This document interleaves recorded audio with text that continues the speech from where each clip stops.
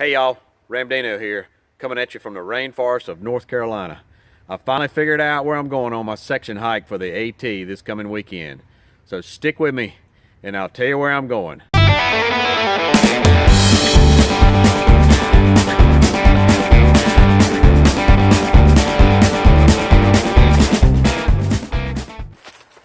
So where am I going? Well, I decided that I would take the section between Rock Gap in North Carolina and Knock. The Knock is otherwise known as the Natahala Outdoor Center. I chose that because it's about 30 miles and something we can pretty easily do, or hopefully easily do, in a weekend, a long weekend. We'll be leaving this coming Friday and be out till about Monday. So we'll see how we do. Let me show you on GutHook's app where we're going. That was one of my main things that I used for planning.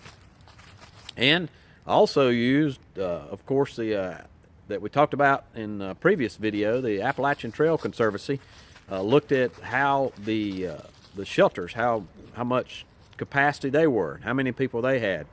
Unfortunately, that process is new this year, and most people are not taking advantage of it, because if you look at all the shelters, pretty much when you get about 4 days out of Springer, the shelters are all empty. So with that many people that are out there now that have already started the trail, we know they're not empty. So people aren't taking advantage of that, and hopefully it'll just take it a while for people to start using that system, and then we can all benefit from that. Okay, so a couple considerations. Obviously, we were trying our best to stay out of the bubble. It looks like on each side of us, we've probably got about 20 or so people that are starting to where they're going to impact us. Some of those people may drop out at Neal's Gap, may never reach there.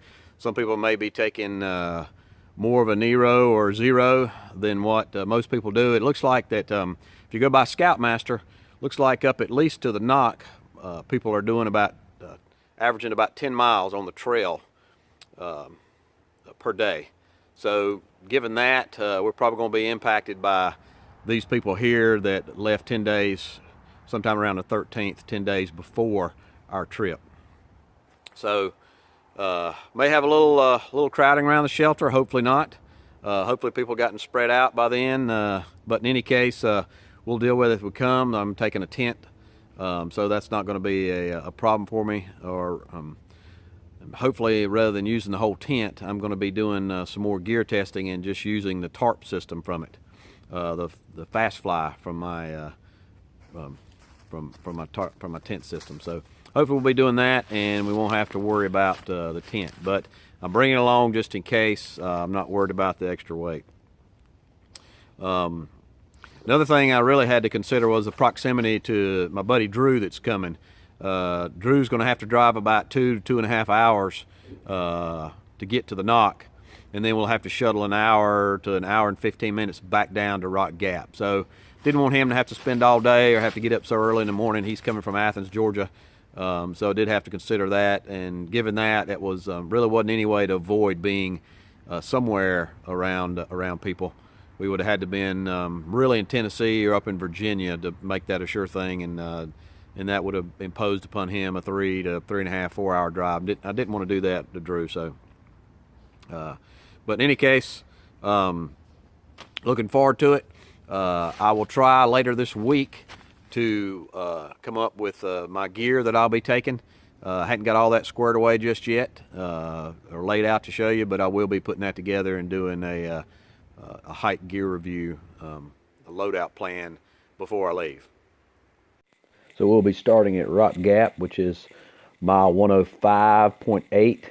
It's approximately 3.7 miles south of Winding Stair Gap, which is a well-known trailhead for Franklin, North Carolina, where a lot of people get off the trail and hit Franklin.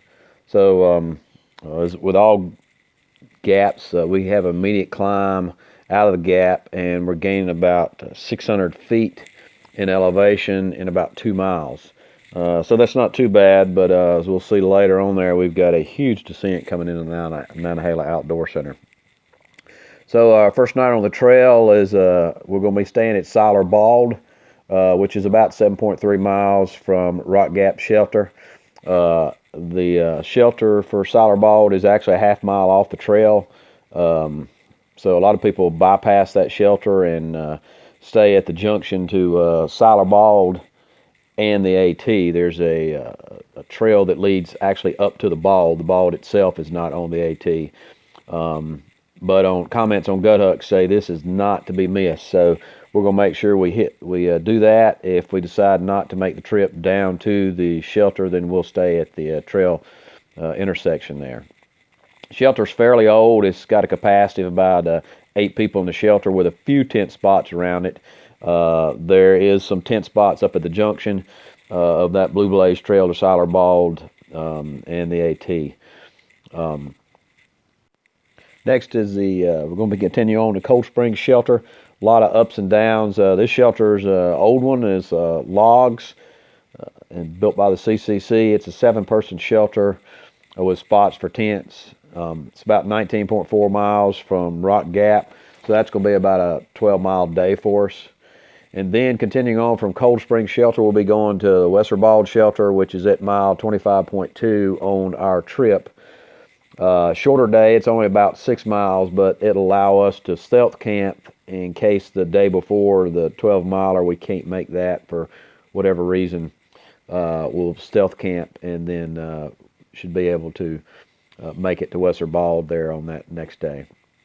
So that sets us up for a 6-mile day to finish at the Knock, or we can make it just a longer day and we can stay at the Rufus Morgan Shelter, which is just a few miles from the Knock.